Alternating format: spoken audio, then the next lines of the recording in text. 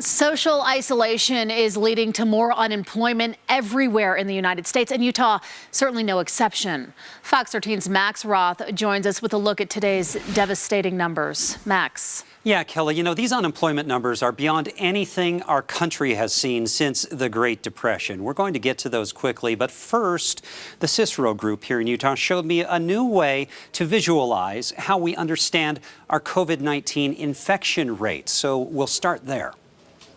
So Carl Malone helped me really visualize the best way to think about this. In 1989-90, he scored 2,540 points. What does that mean? I don't know.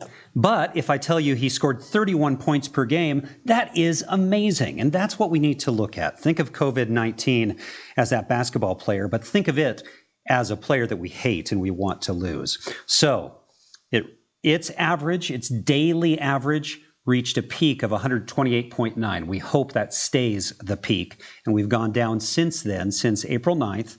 Today, the daily average is 101 new cases per day. And if we see that continue to decline, that's good news. Now let's look at unemployment, which is just terrible. Now this is a national number, and what you can see from the Washington Post, they created this graphic. And this is just this year, and you see it going along, not that many first-time unemployment claims, then COVID-19 and social isolation, and it's just terrible.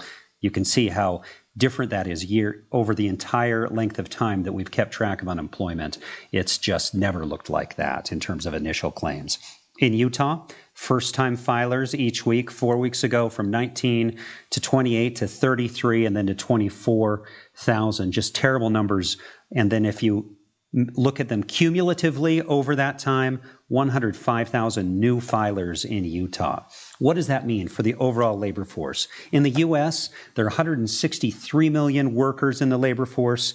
22 million have filed for the first time for unemployment. That's 14%.